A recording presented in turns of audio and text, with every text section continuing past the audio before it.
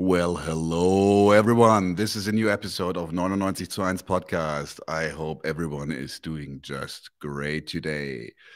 Yeah, we have something rather special for me. We have Rouvikonas as guest today, and I'm just going to quickly introduce them myself. Rouvikonas is an activist anarchist collective from Athens, and they were founded, I think, in 2013 amidst the financial crisis, the so-called financial crisis. And they become rather famous pretty quickly with a lot of different direct actions that really ranged from feeding the poor, like literally feeding the poor, to giving medicine to the sick, but also patrolling anti-fascist patrols in areas under attack by back then Krisiavi and stuff like that. And also, like, very famous, their interventions at TV stations and ministries. The name Rouvikonas is from the river Rubicon, close to Rome, which actually was very important because in the ancient Rome, when you crossed that river under arms, it was considered an immediate declaration of war against the ancient empire. And Gaius Julius Caesar did just that in 49 before Christ. And from then on, you say like the Rubicon has been crossed, or you transcended the Rubicon, means that you went beyond the point of no return. So that's their attitude, and one of their slogans is also no step back. But without further ado, I welcome Spiros from Rouvikonas. Hey, Spiros, how are you doing? Fine, how are you? I'm great, I'm great. Thirsty, but great. So, yeah, maybe in a few words, I know that in Germany, anarchism does not have the strongest standing. We're mostly holed up, like in a scene, I would say, very subcultural. And we don't have a lot of direct action with the actual working classes or with the actual people. And there are honorable exceptions, like the FAU. But still, I think in Germany, only very few people have ever heard about Rouvikonas. So maybe in a few words, introduce yourself and the organization to us. Yeah, Rouvikonas is an anarchist group that was founded, I think, at the end of 2014, let's say 2015. It was established. But the people who created the group were coexisting and cooperating in the movement for years and years before. We started at 2015. It was during the crisis in Greece, the last days of the last memorandum days for Greek society. We were created. The first thing that happened was the squad of K-Vox in Exarchia Square. That's where the base was made. And in that base, the group was created, and it was created mostly as a group of, in the beginning, as a group of direct action. That was the idea of creation of Rouvikonas in the beginning. But after the time was passing and the group became more mature and more based in the movement, we saw ourselves more as a political organization than a group of direct action only. We keep, of course, the element of direct action, but in general, we for example, we are in the Anarchist Federation of Greece. Rouvikonas belongs to the Anarchist Federation of Greece, and I don't know where to start and where to finish. maybe I have some questions to guide us along. So. But I want to say one thing for the beginning, because I've been in Germany before some months and I met a lot of comrades there. You must always have in mind that there are different societies, and it's very difficult to make, how can I say, try to find the symmetry between Greece and Germany and the movement in Greece and the movement. In the same way, the societies are different and the condition, the state is different. So Rouvikonas, you must always have in mind that something that grew up in the Greek movement, in the Greek general anarchist Greek movement. You cannot see Rouvikonas outside the Greek anarchist movement and the special way it was created. To say some more things about it, the thing that brought the people who created the Rouvikonas together is that the idea that we have to combine the action with the theory at all time. Continuously. And also we, of course, as we are part, as I told you, of the Greek anarchist movement, but also we wanted in, how can I say this, the difference we wanted to make in the movement is we wanted to broaden the things that the struggle is about. To be able to go inside daily problems of the society and the oppressed and the working class of Greece, and to try to fight for things that usually the movement wasn't so interested about to fight, but they were very important for the Greek society we live. And generally, I think the experiment is successful up to now. I would say so, but it sounds a little bit like I had different dates. I read somewhere 2013. Now you say 2015, but still you say like the last days of the memorandum. So we can say the genesis of Rouvikonas is directly connected to that memorandum. Was that the spark where you went like, fuck, we Let's need a say, new organization? in a part, yes. In a part, yes, because the whole these years of the crisis in Greece changed a lot of things, and in Greek society and inside the movement. To say it without any hesitation, it was a defeat. It was a defeat for the movement these days. There was a huge popular uprising. People were fighting on the streets, and in the end, the movement couldn't, let's say, take advantage from all the situation. And at the same time, Greek society lost the battle.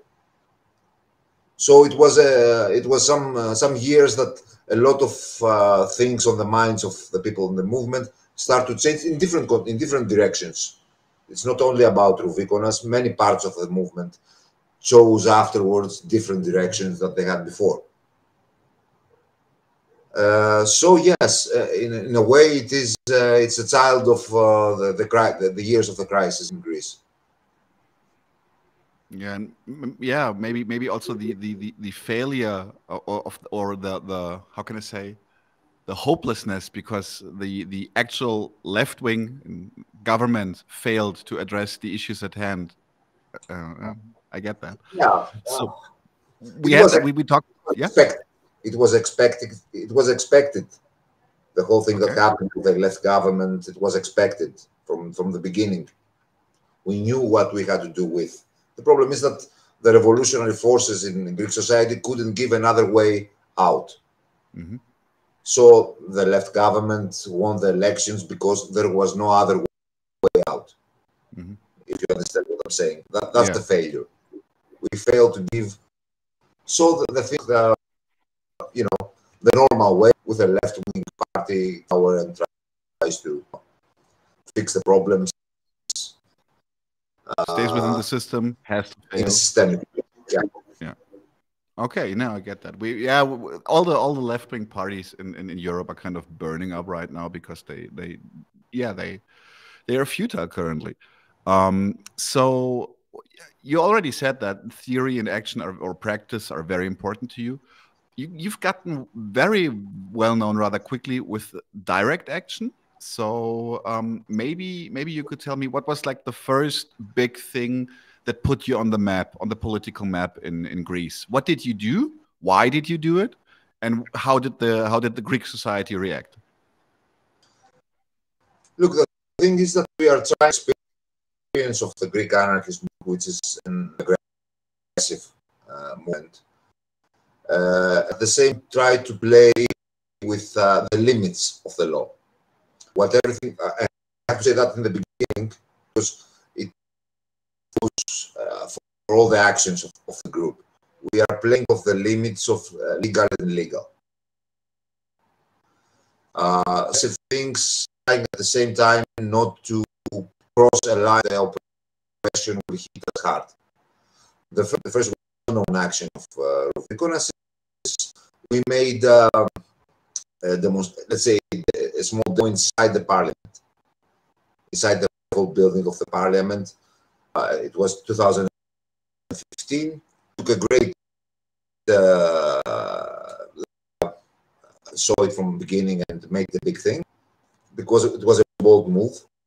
We found a way to pass all the measures and open, do our demo inside the area of the parliament. And that's how it started. And that we made hundreds of actions like that. We try to have a profession element in what we do every time. And we have managed up to now to gain that attention. That was going in the beginning, to get that attention and of course of the media, but at the same time not copy media. This was the gain that black attention, to use the right word, but cooperate with. And in that way, we have managed to get let's fame, which was helpful for us to reach more people.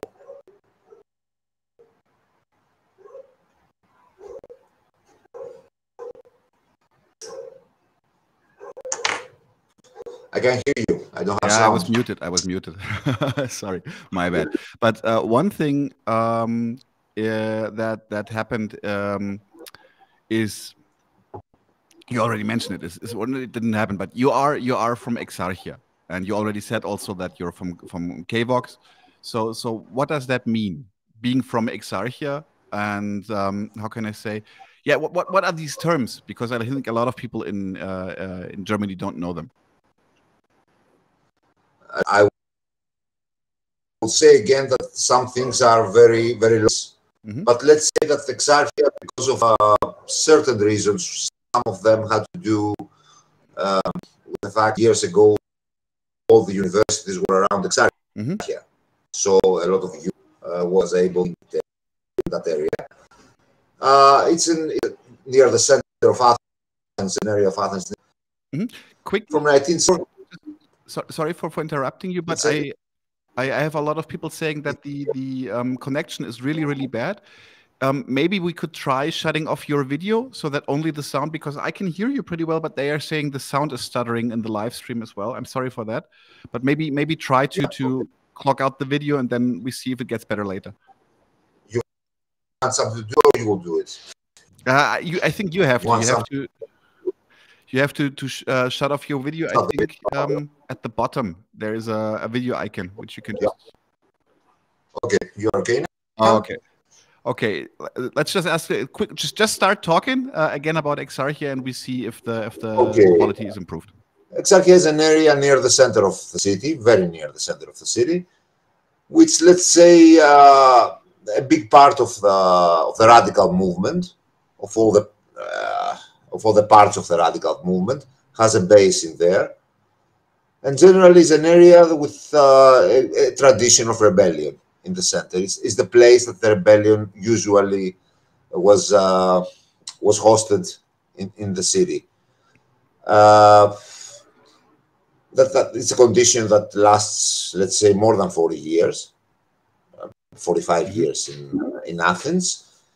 It's always in the center of the media attention because of all these things that happens in there. It's not only political, also cultural. I don't know. Everything is about underground culture of Athens is in Exarchia.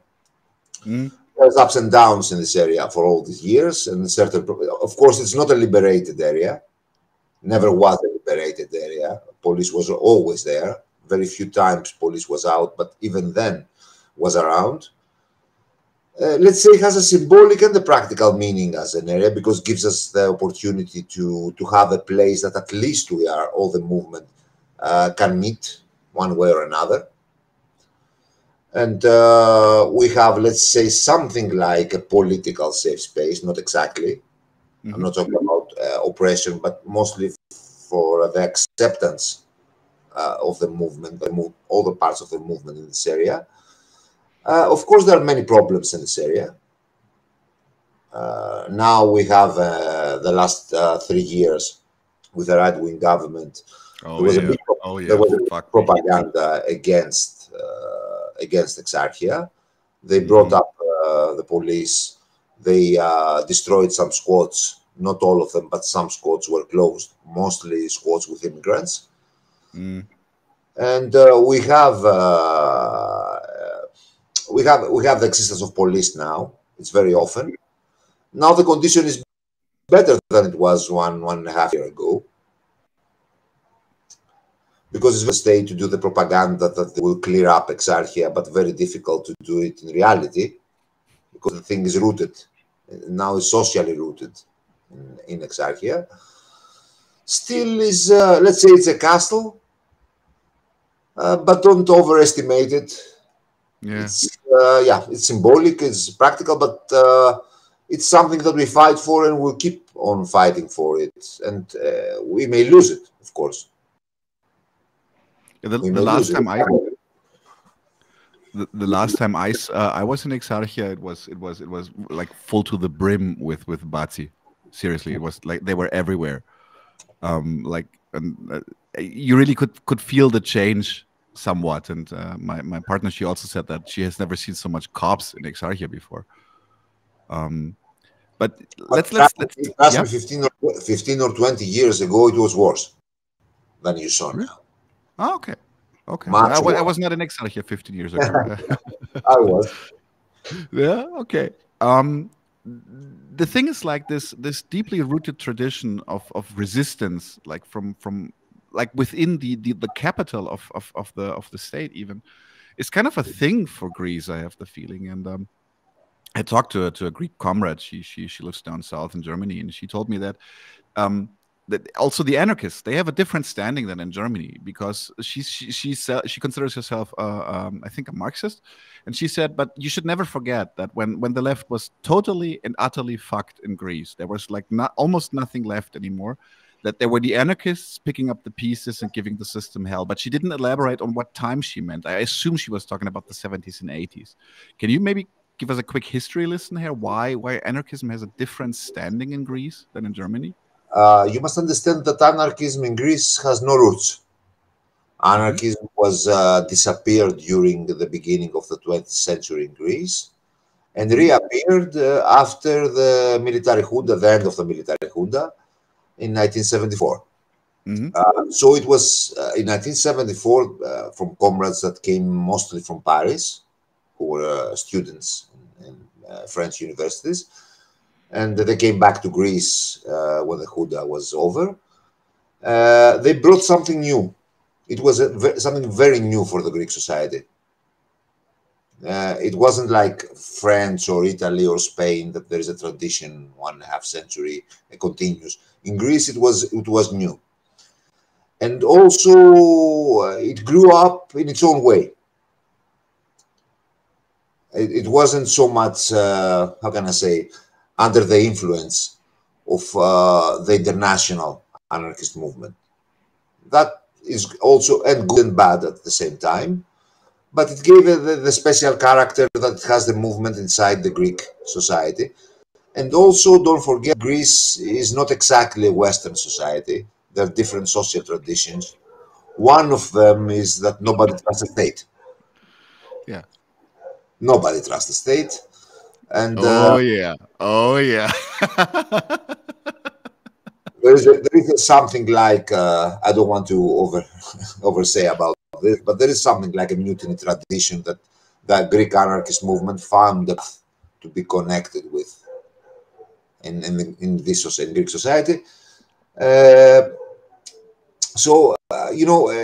grew. The anarchist movement in Greece grew by its own, and during the last 15 or 20 years, it started to have connections with the international movement and see things.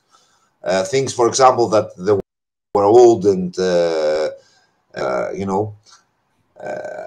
old-fashioned in Europe, like federations. In Greece, we had them the last 5, 6 years, 10 years maybe, the most.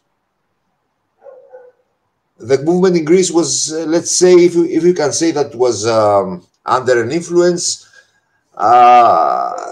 Mostly it was influenced by the insurgent tradition of Italy. Let's say there were some connections with the ideas of Alfredo Bonanno. I'm talking about 90s now. And it stayed by its own. Exarchia was the place that found the base. Now it's not dependent. The Greek anarchist movement is not dependent from Exarchia. It was dependent, though, many years ago. It was something like, as I told you before, something like a political safe space, which was mostly on our minds, but it was true also. And also, you must understand that the map of the Greek left is different also. We have in Greece a communist party, which is, let's say, something like Jurassic period of, I don't know, they speak sometimes, and you're not sure if you live in 30s or what century exactly. Now they made some progress. I have to admit that they made big progress. But I tell you, before 10 years, the Greek Communist Party was believing that homosexuality is a capitalist disease. Oh yeah. I can only concur. I don't know the cuckoo way of like 10 years ago. I have now some loose contacts, and I have to say that there are good people there here and there. Yeah, of course, there are people that you can trust in the fighting. How can I say, in their commitment in the cause. They are real communists. They are not fake. A little bit old-fashioned, but real communists. And to say the other thing, they control the strongest part of the Greek syndicalism. The strongest. Now, maybe the only one except the syndicalism that has to do with the far left or with the anarchism. There is no other syndicalism in Greece more right than the Communist Party. There's nothing. But it's a political party that it is for its own. Doesn't take part in the move. For example, during the memorandum years, in which society was on the streets, Communist Party stayed by its own. Didn't even touch the big demonstrations. It has always its own demonstration in difference with all the others. They stayed out.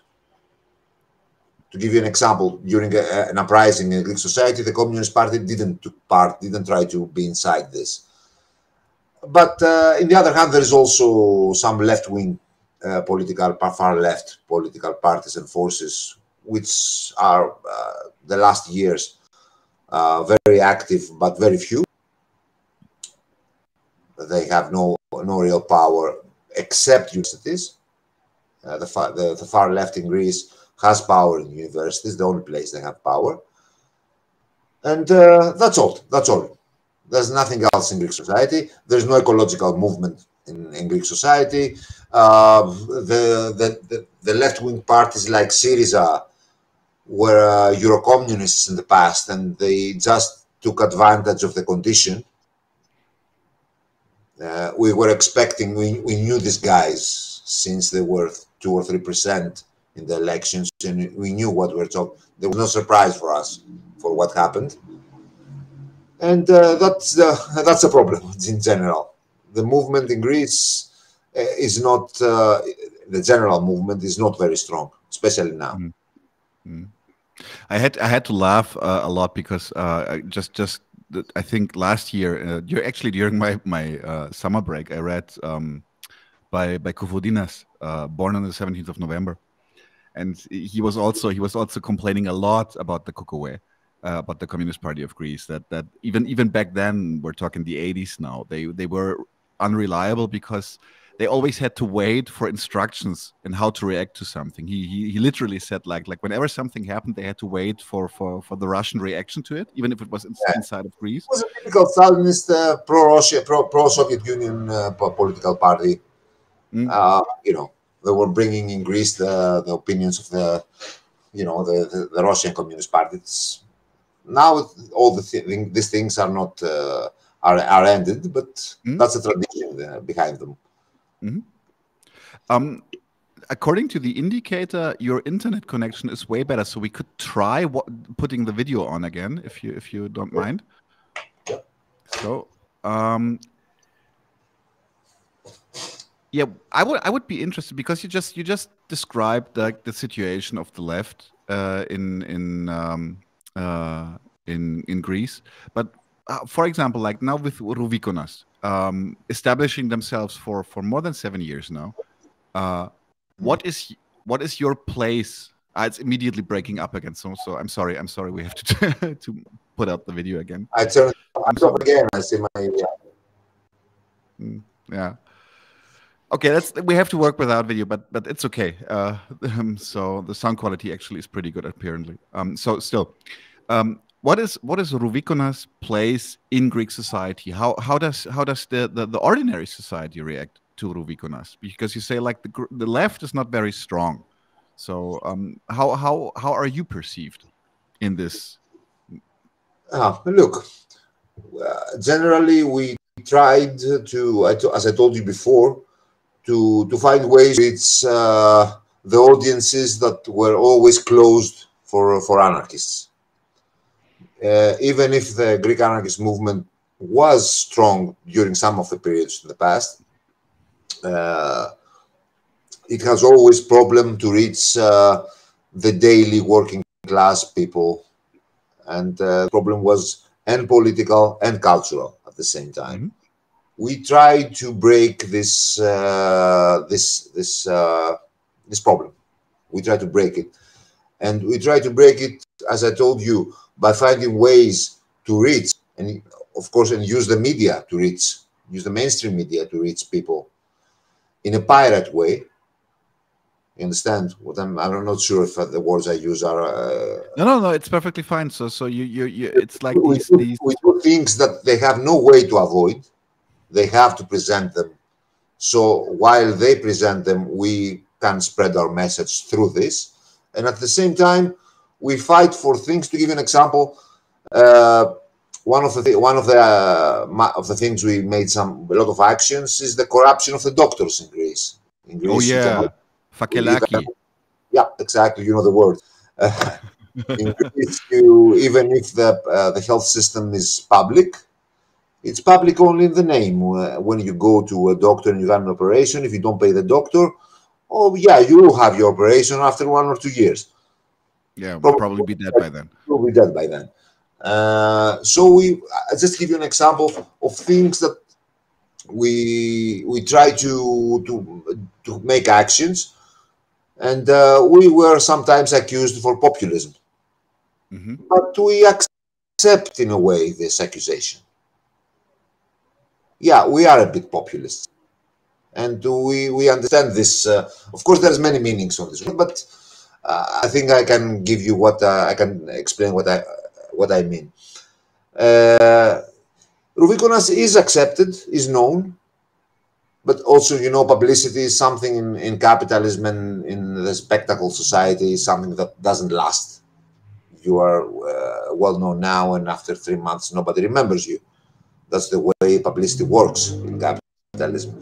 And but we always to be on the edge, because many, you know, the conditions in Greece goes from worse to worse the last years. Now we are very bad conditions. So the need for social struggle and for the spread of the revolutionary ideas is imminent now in Greek society. And we are trying to get the opportunity to, by reaching these audiences, to promote our ideas about social and political organization and social and political struggle. The action part of our existence, it's only a part. We do a lot of things, in the other hand, that are not shown and are totally out of media and cameras and all the stuff. Can you give us examples, if possible? Yeah, we try to make solidarity mechanisms. You said that in the beginning. For in general, for poor people, we have created a coordination with other groups that they make collective kitchens in many areas of Athens. We have made a mechanism during the lockdown, the pandemic, for helping people that cannot go out. We have in KVOX, there is a structure for health, mostly for immigrants. So that's not from Rouvikonas, but it's in KVOX quote. uh, we have many aspects in our actions. We have anti-fascism also, but the thing is that we are trying to get this, to get the connection with people that normally are not able to have connection with the revolutionaries, the revolutionary groups, the revolutionary forces in society, and to break the cultural distance also.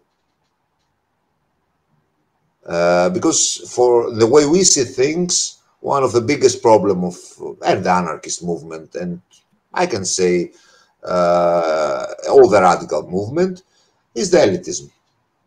Oh yeah. We are, yeah, we want to, we feel and we are, we belong to the people, we belong to the social base, we belong to the working class. We do not, of course, say that we're not trying to make a false image of the class we belong or the social parts we belong. We know where we live, we know the problems they have, the people of the working class, but we belong there. That's our family. And we want to show and say this in any tone. We are fighting for the interests of the social base. And that's what we try to do all the time. That's the meaning of our action and our proposals in society. I have someone from the chat interjecting just a little bit. I assume that person is Greek, maybe Karanfili Adam. Oh, maybe also Turkish. I don't know. He's saying that the students' organization of the Kukuwe won the university elections with 33%. Yeah. And that's actually, I have to say that even to me as an anarchist, I have to say I appreciate that. I appreciate the radicality of the student corpus right now. I appreciate that they are leaving social democrats and the other frauds behind. To say the truth, everybody was happy with that. Yeah. And everybody was happy with that because for 40 years, 30 years, the student elections were won by the Conservative Party student organization, which was something between I don't know how to explain exactly what is the student party of the Conservative Party, but something awful. It's something in between fascism, sexism, liberalism, all the worst things of all the words. And everybody was happy they lost the elections. It was an insult for the Greek student movement that they elect. But on the other hand, you know, our opinions about this sort of elections, we are anarchists. We don't, of course, reject any form of voting, but this sort of elections, in our opinion, doesn't offer a lot of things. And there is an example. Now there is a huge strike, a huge struggle in Thessaloniki, in the University of Thessaloniki. Thessaloniki is the second city of Greece, in which there was a squad, and now the state broke the squad, the student squad, and tried to make a library. And it's almost every day fights with the police in the university. And the thing is that the struggle is happening on the streets, and nothing is, you know, the win, the way the Communist Party won these elections doesn't help in any way what's happening in Thessaloniki. The real struggle, the real politics are made on the streets and on the ground, not in the councils. But I tell you, it would be a lie to say I didn't like that. Everybody liked that. Yeah, it's I have to say, yeah, I did too. Let's stay a little bit with the students, because just today a comrade from Greece, Minos, we already had him on the podcast, so kudos to Minos. He wrote me that tomorrow is day 0 for the police forces of Athens and Thessaloniki to officially enter the campus. Yeah, there is this game that happens. The state tries to create, because, you know, before a few years, there was the student asylum in the Greek university. Suppose police could be in, which of course was a lie. Police could be in. It was just more difficult to be in. You need more signs. It was a matter of how many signs they need to be inside. Now they need no signs. They can go without signs. And there's a political game of the Greek conservative government. Of course, they want to break up the universities because Greek universities are still a place that radical politics are getting born. It is a birthplace of radical politics for Greek society. And of course, they are afraid the role that the student movement can play in the new crisis that comes, which for Greece is more things than maybe in Germany, because in Greece we also have the problem, the danger of war in the Greek society with Turkey. And they want to break down the universities the faster they can. Also, they are very, the Greek government won the elections, the conservative government won the elections by saying they will crush Exarchial, they will crush Rouvikonas, they will crush the student movement, they will crush the asylum of the university. So they have to show things, because in general they failed to crush all these things in the 3 years that passed. So they want to show some, they did something. We will have elections in 1 year, the most. Probably we'll have elections in 3-4 months. So the government tries to show achievements. Yeah. And, let's say we are optimists about this thing. It will be very difficult for them to keep police presence in the universities. Not impossible, but very difficult. It's very difficult to break the universities. But we will have hard times for sure. The university fought back the Huda, so they come from a tradition of hard knocks, yeah, so to say. Yeah. And so something they will bring. On the other hand, it's a bit of joke, the whole thing. The university police will be unarmed, but because they are unarmed, they will need the regular police to come to help them.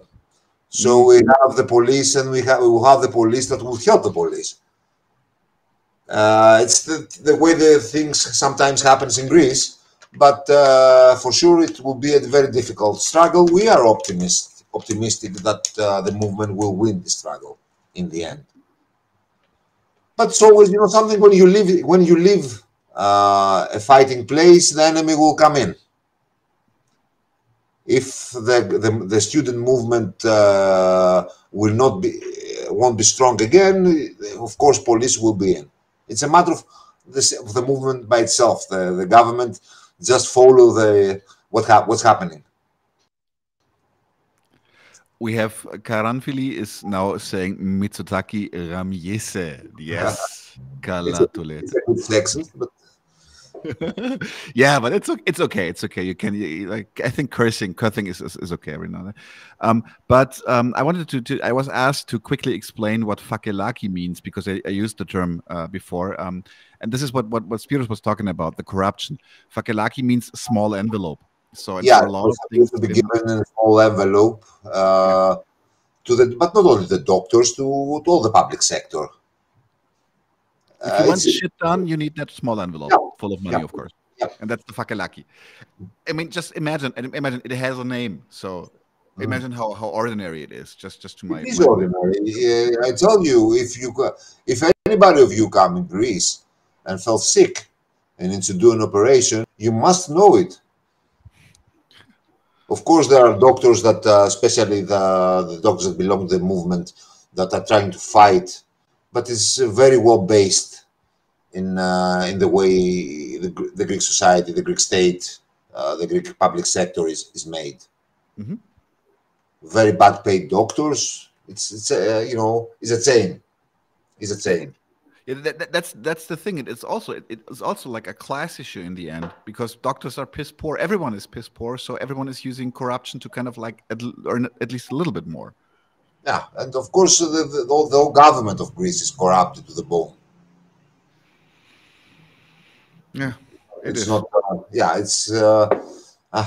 It's from the head. It comes from the head. there's a saying in Germany, or it's in southern Germany where I'm from. We always say that the fish always stinks from the head. Yeah, we have it in Greece too. Nice. It's exactly the same. So let's kind of like go back to Rouvikonas and the way you operate. You already said that you want to touch base with the actual with the subject of the revolution, with the working classes and the working people of Greece.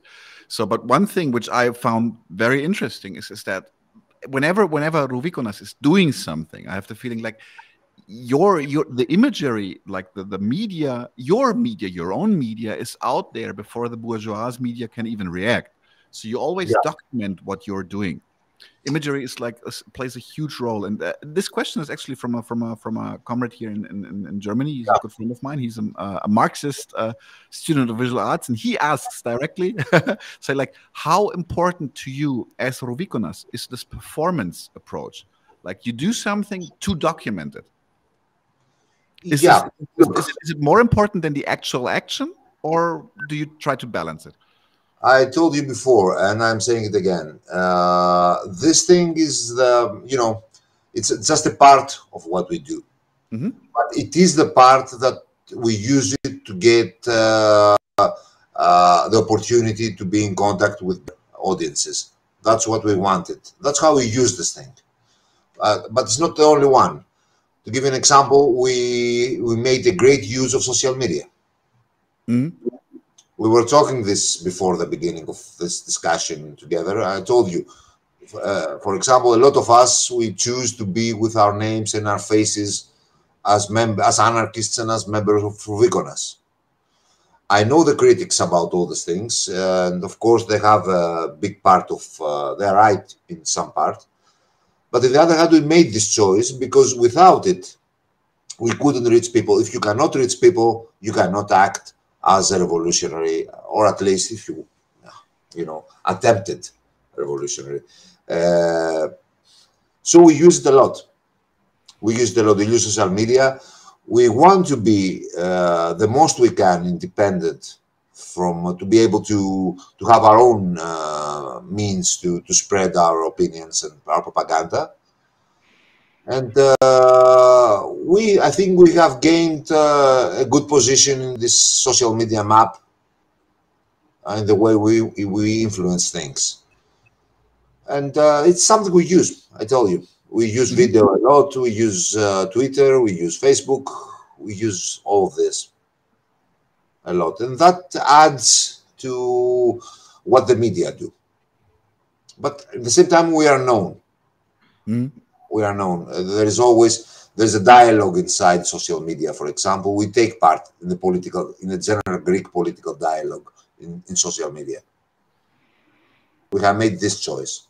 With all the dangers, of course, a lot of us been in court for things we write in social media. A lot of times our accounts are closed and we open them again. It's the war that goes on and on. Yeah.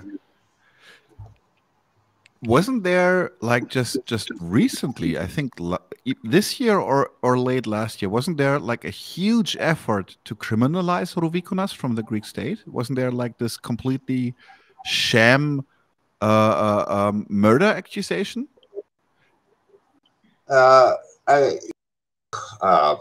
Before we try to be in the edge of legal and illegal all the time. That creates the state. To give you an example, we act illegally, but we are always in the spectrum of, let's say this in English, the second degree of crime, not the third degree of crime. I don't know how I can translate that. If there is somebody who can understand Greek. What did you say? Say it in Greek again. Or Primelima. Wait a second. Primelima.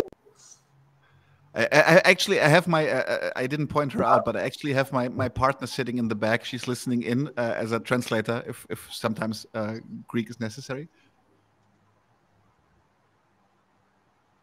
So you say, okay, I get it. So let me try to paraphrase this. So you're talking about like Rouvikonas is minding the difference between like a minor and a capital crime. Yeah, So let's you say say yeah, like, more precise. yeah, Yeah, it's more precise. you make a little sabotage here. There might be a broken window occasionally, but So you the thing don't is that shoot people. a lot of times we accept that we will be caught in the end, but we will be caught for a minor crime. So we have many courts, many courts. Probably, I don't know, maybe more than we had in this 6 7 years. And So you're keeping Ani busy. yeah, exactly. Ani, just saying this for the audience. Ani Paparoussou was the first Greek person we interviewed on this podcast. So, and she's Uh, actually the legal advocate. so the game of the state is to try to take us to find a way to accuse us for major crime. So they made many attempts to accuse us with major crime so they can put us in jail. The biggest one was last year, in which two of our members were accused for murder. We had there are many things all these years that it's not enough 1 hour to tell you all of this. We had problems in Exarchia Square with organized crime and mafias. They were trying to take control of the area and create something really bad, because the control was not only control, it was, dystopia after a while. So we had a class, we had a fight with this mafia, which sometimes became very violent. And two of our comrades were accused for a murder of one of the mafia guys. It was an attempt of the state, very hasty and very bad organized from the state. The Greek state is well known for this sort of provocations, this sort of, trying to frame people who fight with very huge crimes. And this is from the Greek state for years. And two of our comrades been in court accused for murder. They were found innocent, and we are finally finished with that. But imagine, for us as a group, what's happening is when they accuse you for something like that, you get paralyzed as a group. That's the state. Of course, they knew that they couldn't put us in jail with this, but they knew they could paralyze us. They can make us try to find money to pay the lawyers or to pay the whole court cost. And now, for example, we have another court in 27 of June for an attack in the parliament in which we throw paint. So the state tried to find a way to put us a major crime for this paint by saying that the parliament is a cultural monument. So they are crafty. We are accused for major crime in the same way like throwing paintings in Acropolis or in another state. They always try to find ways to accuse us with major crimes. That's the thing we face all the time. Two of our comrades were out in parole for this attack. We had to pay 60,000 euros to put them out of prison, to keep them out of prison for 3 years. Yeah, we had a great problem, but we finally found the money, mostly with the solidarity, the national solidarity. And now we have the court in 27. We always have this sort of dangers that, if something goes bad, comrades will prison. It's always a risk, always a fight to avoid being in prison, but we never avoid to be in courts and, and have the penalties and pay money and all the stuff. But at least that's what we do. We play on the edge. And the state tries to find a way. Now they try to make another law that says that if you do a lot of minor crimes, it can be, shown as one big major crime. Oh, that's a little bit like the Americans have it. Yeah, but the problem is that if they do such a thing, half of Greece will be in prison. You see, it's not very easy for them to. They try to keep on the democratic, to show that they respect the law and there's still democracy. But they try to play both sides. Up to now, we have succeeded, and especially with the support of the people. We are accepted in Greek society in some ways, and that creates a problem for the state to condemn us without a real reason.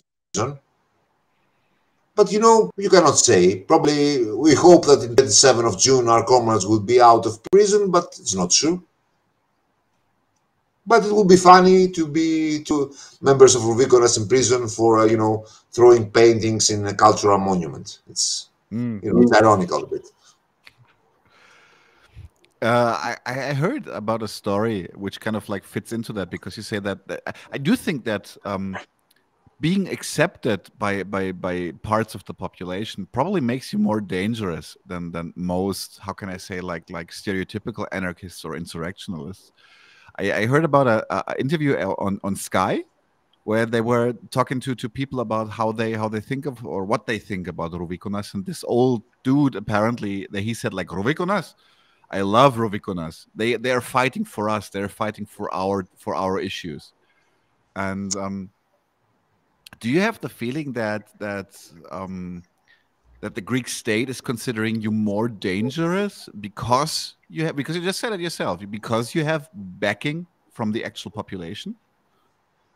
Look, it's always more difficult for the state to destroy something that has at least some acceptance in society. That's for sure. But on the other hand, there's always a danger in what we do, because we are anarchists. We are not Robin Hood. We are not trying to play the role of the Robin Hood, and that's always a problem. This acceptance has problems, because it's something like the people can say we have somebody who fights for us, but they don't fight for themselves. As anarchists, we want people to fight for themselves and not expect no Rouvikonas or no 17th of November or no Communist Party to do the job for them. Yeah, it is something you have to conserve the acceptance of the people. It's conditions are changing, new things are coming, people forget. And the biggest problem we have is how to make this acceptance how to transform this acceptance in something that is promoting social, participation, and not just something that can say, okay, I like these guys. Yeah. But the I like these guys thing can be a start. I get that, but okay, I do think. I mean, maybe that's my German perspective here, because in Germany, if I tell people in Germany that I'm an anarchist, they expect me to burn cars at night. That's like the immediate reaction. But don't you guys burn cars? I'm like, no, maybe sometime. It doesn't even make sense for me. So, but I really like this. So your approach is you're happy about people being content with Rouvikonas, but you say that's not enough. You want people to you want to spark the revolutionary, how can I say, attitude in people. Yeah, that's what we want. But let's say we'd be happy if we leave a movement better than the movement we took. We don't want to raise the expectancies too much. But the thing is, yeah, look, in Greece, sometimes it's the same. You see, people sometimes think in the way of the times they live in. If you ask someone now in Greek society what is anarchist, it may say you the same thing, probably. Someone who burns cars or someone who do street fighting. And if you ask the same person in another, in 5 years before or 5 years after, you may hear a different question, a different answer. Depends on what you do and what are the conditions. We are radicals, and we believe that in the deep, societies understand what radicals are, and the German society and the Greek society. And during periods of crisis, maybe the opinion for the radicals may change. Mm-hmm. Because the radicals are needed in societies during conditions of crisis. When everything is good, you know, there are not many things to say. We have another remark. It says mono o laos zozi zolao. Only the people So save only the only the people can save the people. Yeah, something that, as an anarchist, for me is obvious. Yeah, it's a good saying. It's a good saying. As I already said, we since I'm very closely connected to Greece, we had Greece as a topic rather often on the podcast, and we had your lawyer, so to say, Ani Paparoussou, talking about the increase of authoritarianism and how Mitsotaki's government is coming down with a lot more violence than for example, Syriza before. Then we talked to Minouas Andriotis about the history behind the financial crisis and the situation of the left in Greece since a couple of years. And I have to say, it does sound really shitty right now. On the other hand, you said you've had worse. So what's your take on this? Where is Greek society currently going? I mean, really as a whole. So what can we expect maybe from the next elections? What can we expect from fucking Koulis to do next? Like Mitsotakis' nickname is Koulis, just as a remark. Okay, look, the right-wing government, of course, is more aggressive in oppression than it was the left-wing government, which is something that happened in democracies as they change, you know, the left and the right party in power. And also, you know, as Rouvikonas, for example, we have more courts during Syriza period than we have with New Democracy and the right wing. And also Syriza broke a lot of squads and nobody talks about it. You see, how can I say this? Of course, the oppression is harder with the right-wing government, but not so harder. And on the other hand, the right-wing governments promote the oppression they do. And at the same time, left-wing governments hide the oppression they do.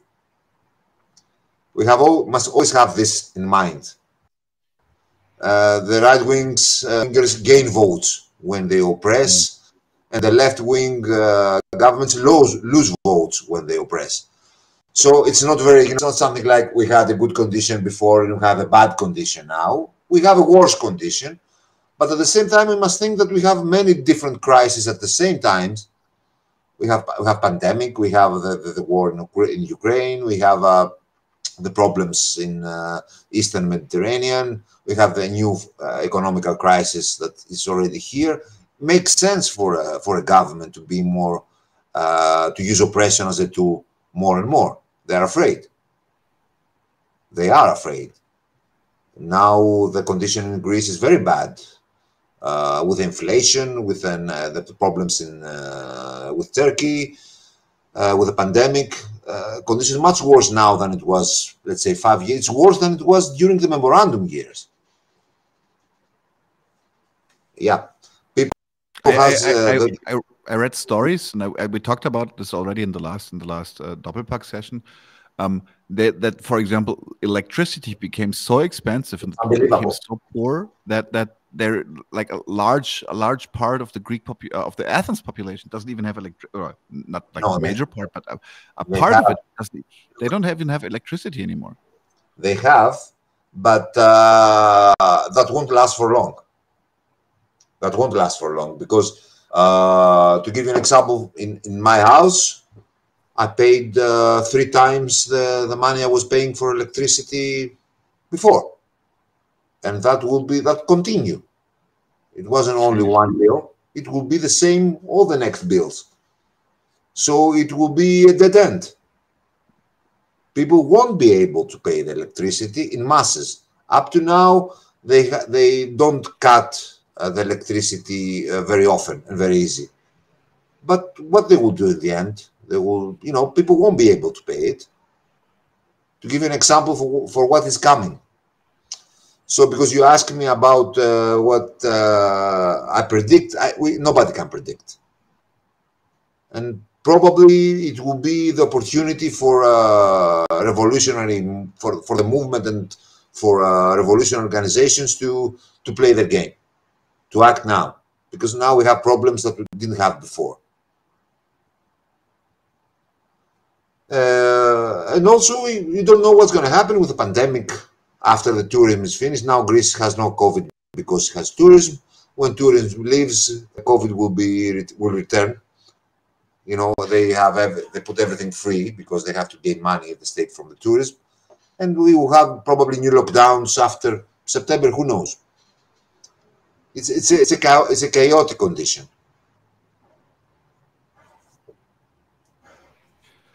So does this chaos affect your role in society a little bit, or do you have the feeling that okay, so that we move on as we did before with well, like I like the term of popular direct action. So you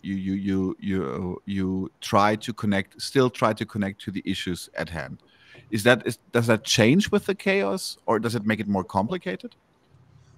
More complicated for sure, because I told you before, we are part of the working class, and we have as persons bigger problems than we had before. Mm-hmm. A lot of our members are trying now to do a couple of jobs instead of one job, just to pay their bills. And on the other hand, of course, these sort of conditions are always in favor of radicals. The problem is it is in favor of all radicals, and the far right wingers radicals also. We have now we can see the far right grows again in Greece. That's a very good topic, because last year the Golden Dawn, was considered a criminal organization and therefore effectively banned. So where did all those assholes go? I assume they don't just vanish because they're illegal. I mean, that would be the first time that the right wing just vanishes because it's been declared illegal. But where are they currently? In Greece, the conditions are also different for the right wing, like it is for the left wing or the anarchists. In general, in Greece, there is a tradition of fascism which is connected with the Conservative Party. For years, all these people were in the Conservative Party as members of the Conservative Party. With Conservative Party, you mean Nea Demokratia? Nea Demokratia, yeah. Yeah. And that comes from the Civil War and the way the political spectrum was created in Greek society. Golden Dawn was something new for the Greek right wing. It was the first time the fascism was trying to do something independently outside the Conservative Party. They grew up fast and they die fast. But the thing is that the idea is here now, and the fascism now see itself more independent than before. So new political parties are created. Some of them are just very right. Some of them try to touch the edge of fascism. Also, there is another group that comes from Golden Dawn, one of its leaders, Kassidiaris, who now in the polls it's about 2%. Yep, the guy is in prison. Okay, but do they have a name? Yeah, EINS για την πατρίδα, Greeks for the country. I don't know. Is the translation? Nothing. EINS για πατρίδα. Για την πατρίδα, yeah. It's the second leader of the Golden Dawn. Also, Golden Dawn comes to elections again, but they don't expect to get a lot of votes. The thing is that we see them again on the streets. We are starting again seeing attacks on immigrants. They're trying to make a presence in the streets, not as bad as it was during Golden Dawn, but as bad as it was a couple of years before Golden Dawn. We don't know if this thing will grow because conditions are different. But crisis, I told you, always is in favor of radical politics, and fascism is radical politics. And also all the national crises we have here with Turkey, all this game that is played is in favor of them, is their agenda. I have to pick that up because we had the question. I really have to say that I appreciate Karanfili Adam because they're asking so many questions. They're asking because you said this game, and also like with when you were talking about the situation between Greece and Turkey, they're asking how real is a danger of war between the Turkish state and the Greek state, and what could be your social revolutionary position to this conflict? Yeah, we think it is serious for many reasons. One of the reasons is that the geopolitical map of the world is changing, and everybody's trying to gain the more they can before the new balance. And new balance is far away in the future. So we must expect new things to happen in our area. Also, there are some good economical reasons for this. There is oil and natural gas in the Aegean Sea and Eastern Mediterranean. And they have differences, the Greek state and the Turkish state, what belongs to who. And the problem is that they have differences about the places that there is oil and natural gas. At the same time, next year, both the governments, the Greek government and the Turkish government, has elections, and they are very afraid to lose them. Also Mitsotakis and Erdogan. So they have all the reasons in the world to create a crisis. You see, also Greece and Turkey are members of NATO. We don't know, I don't know, nobody knows if two countries of NATO are able to make a war without the written permission of the United States. It's a question. They had a war before, though, in 1974 in Cyprus. We have a past, let's say in the modern times. I won't speak for the beginning of the 20th century, it's too old. But in 1974, there was an armed conflict between Greece and Turkey in Cyprus. And I don't know. I don't believe that there's going to be a long war or something like that. But we cannot say that it's impossible to be something fast, violent and fast, that will last some days, have some probably tens or hundreds of dead from both sides, and after that the United States or NATO will be in the center and say stop. But this will be a disaster for both societies. Even this thing that will last a few days will be a disaster. In 1996, there was also the war stopped the last minute with intervention of the United States. They stopped for some deserted islands in the Aegean Sea. We don't know, but now it's a big thing in Greece. All the media are talking about the threat from Turkey. Greece is buying arms like mad. They're giving billions and billions of euros of buying guns from airplanes and ships from France. Now France is the big seller. Yeah, because we sold them broken submarines and they were pissed that we were broken. You know, they weren't going straight. They have a corner, an angle. But the thing is now, you know, to give an example, Greek society cannot pay the electricity, and the Greek government gives about 16 billion of euros buying airplanes and warships. Nobody, you know, something, when they buy guns, they will probably use them also. That's another thing, why they buy them so much. let's hope that we won't have a war. On the other hand, if that happens, it will be, we are the nationalists. We are against. We will stand against any war.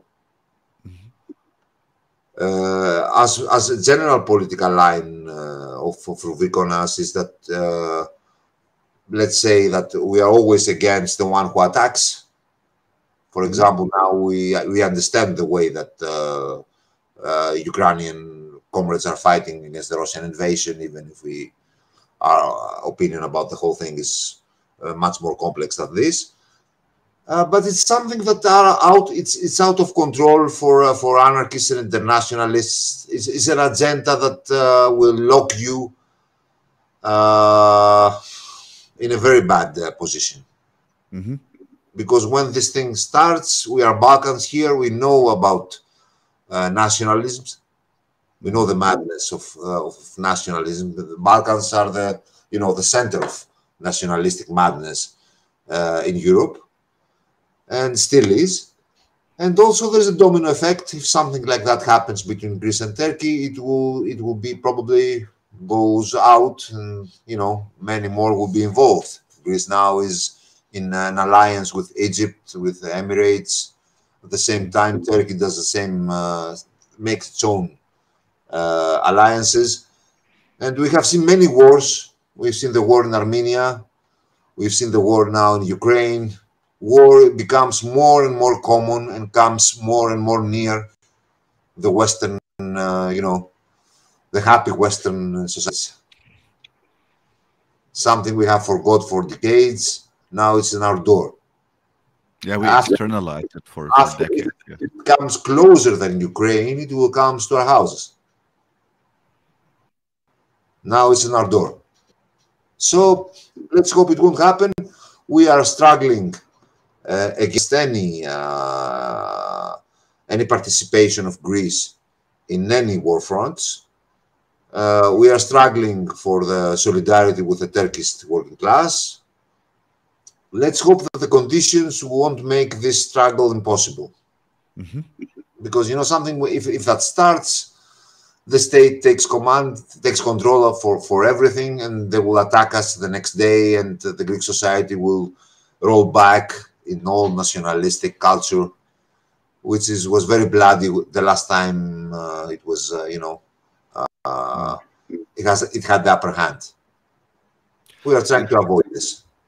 Yeah, that reminds me a little bit that also, like, just because you pointed out the Ukraine, that even that also in the Ukraine, the current war has meant an immense crackdown also on left structures. So the state doesn't give a fuck. They just try to eradicate any opposition to their bourgeois narrative. Yeah, of course, there's a narrative that we are members of NATO. NATO has very certain interests in this war, and try to involve everybody. Greece is sending arms in Ukraine. I heard. Yeah. And also I saw actually a comrade from Rouvikonas, with whom I was in touch. He wrote me an article like rather early when the Ukrainian war set in, and you said that was an action of Rouvikonas, where you said, like, we're not fighting the war for the NATO, and he told me that you got a lot of shit for that. Look, in Greece, I think it's the same like it is everywhere in Europe and Western world. There are two different narratives about this war. Let me be straight about what Rouvikonas believes. We believe that the Russian invasion was an imperialistic invasion in Ukraine, that's for sure. And at the same time, NATO is the other imperialistic pole in this struggle. And of course, we understand that the people of Ukraine resist, and they have to resist an invasion. But on the other hand, Greece is a member of the NATO. If we have war in Greece, it will be because of NATO. It won't be because of Russia. If we were, the problem of Greece now, we are facing the possibility of a war in our neighborhood with another NATO country. There's no Russia in this. They're just NATO countries. So we believe we have this this position. We, of course, there are many critics from both sides, from sides that support the Russian invasion, or from sides that support blindly the Ukrainian resistance, forgetting what's happening in Ukraine and who has the upper hand political in there. Yes. There is nothing to gain for like left wingers, and especially not for anarchists in that fucking conflict. I'm so angry. German left is kind of like so on fire with war currently. When did that happen? When did being a communist or anarchist mean that you're in favor of state warfare? Yeah, it's unbelievable. Yeah, we have seen that. Just a moment. Sometimes. If you are a communist, my friend, sometimes if you are an anarchist, it's impossible. Sometimes, you know, because you're trying to find, you know, there are certain anti-imperialistic analysis that I understand, but I disagree.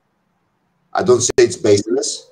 We have comrades in the movement that say, for example, that now the enemy is the American imperialism, the strong imperialism. So the Russian imperialism, in a way, acts as an enemy of this.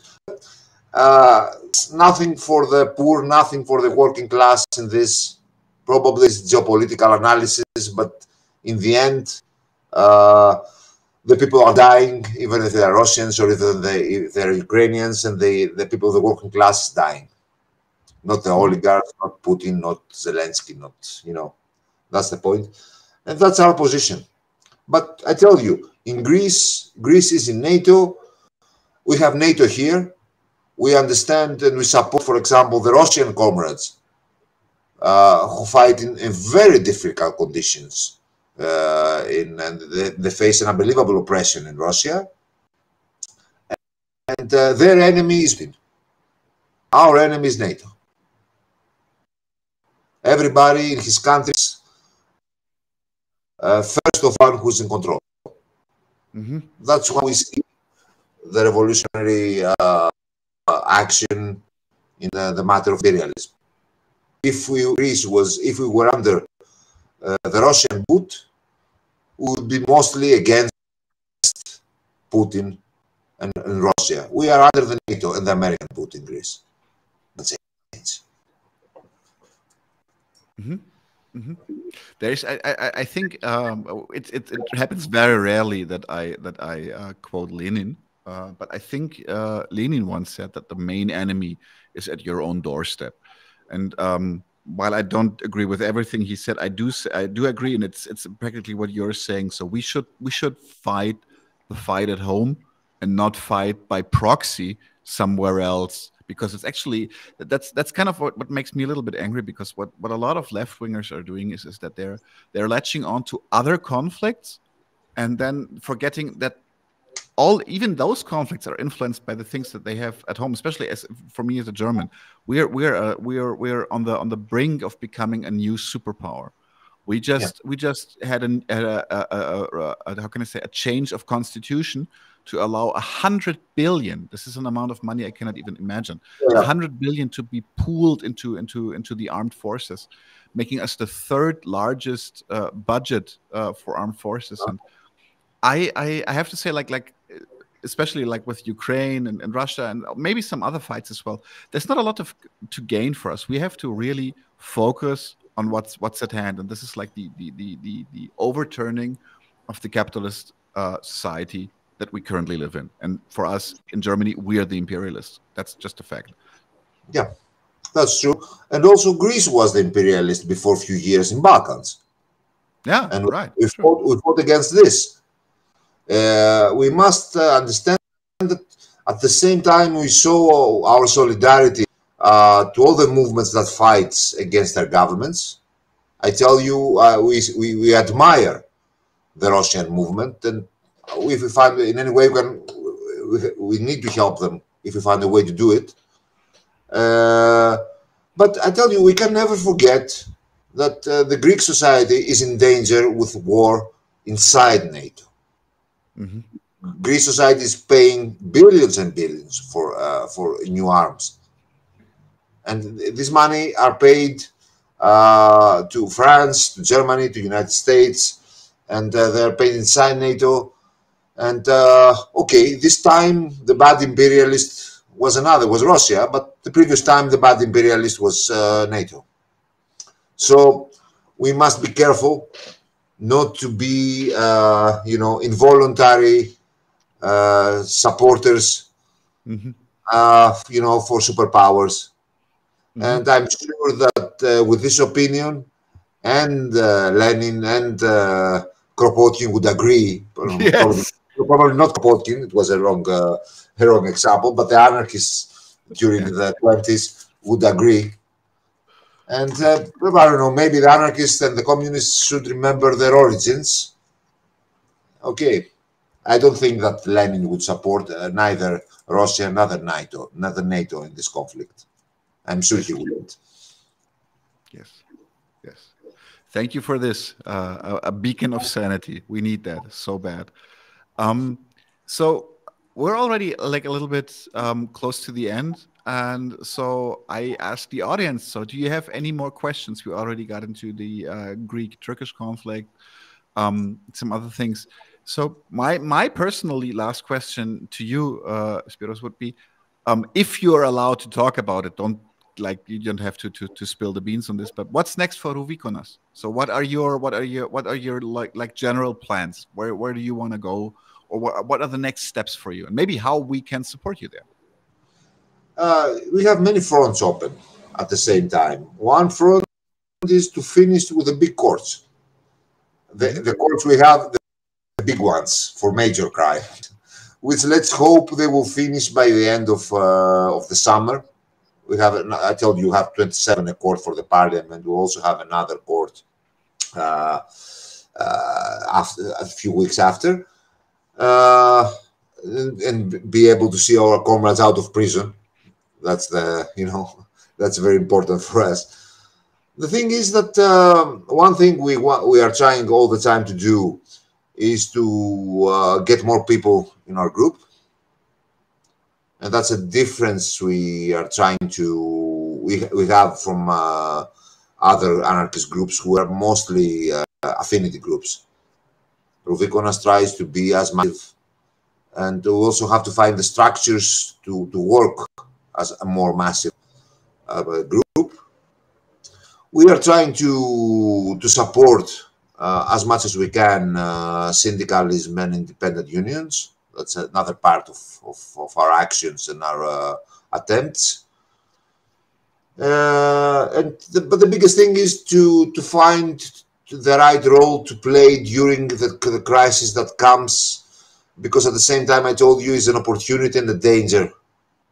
Is an opportunity for revolutionaries, for anarchists to be able to promote solutions that gives equality and liberty to the working class, and at the same time to avoid the danger of the fascism reborn, and for them to take the momentum of the Greek society. And because the crisis is very deep, whoever wins the momentum wins everything for years.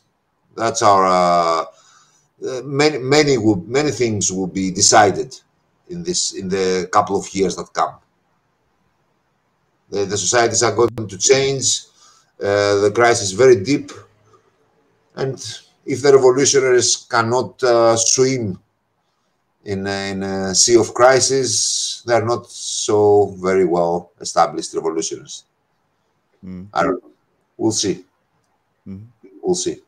To answer the big questions that comes, that's what we want. All right. So I would say let's close the session for today. I really appreciate you being here. I really, really appreciate the insight we got, like from Greece, but also from how can I say, like a nod to Western anarchist position. Yeah, I cannot thank you. I cannot thank you enough. It was a great talk for me. Yeah, here it goes. Evcharistopouli, Spiro. Says let's talk again sometime when we have topics and we can align. Maybe we can push a little bit of information about what's going on in Greece in the future. And I would say to our audience, I would say good night for now. Thank you very much. Good night to you all. Take care. Bye bye. Leute, wir brauchen eure Hilfe. Wenn euch dieses Video gefallen hat, klickt auf Like, abonniert den Kanal und vergesst nicht das Glöckchen zu drücken, damit ihr benachrichtigt werdet, wenn wir neuen Content droppen. Außerdem solltet ihr uns überall folgen, wo wir verfügbar sind. Das ist Facebook, Instagram, Twitter und Twitch. Und wenn wir irgendwelche Ankündigungen machen oder Posts, dann shared, was das Zeug hält. Gebt uns all eure Liebe. Wir haben mittlerweile ziemlich signifikante Kosten. Wenn ihr es euch irgendwie leisten könnt, unterstützt uns doch auf Patreon. Dann kommt ihr auch in den Genuss verschiedener Vorteile, wie zum Beispiel Zugang zu unserer Discord-Community oder Zugang zu den ultrageheimen Patreon-Episoden, die wir dort posten. Außerdem könnt ihr uns natürlich auch über PayPal Spenden zukommen lassen. Außerdem haben wir mittlerweile einen eigenen Online-Shop. Das heißt, wenn ihr euch immer noch fragt, was ihr euren Lieben zu Weihnachten, Ostern oder sonst wie schenken könnt, geht dorthin und kauft duftes Merch. Alle Links dazu hier in der Beschreibung oder auch auf unserer Webseite 99zu1.de. Vielen Dank fürs Dabeisein, danke für die Unterstützung und wir sehen uns in diesem Theater.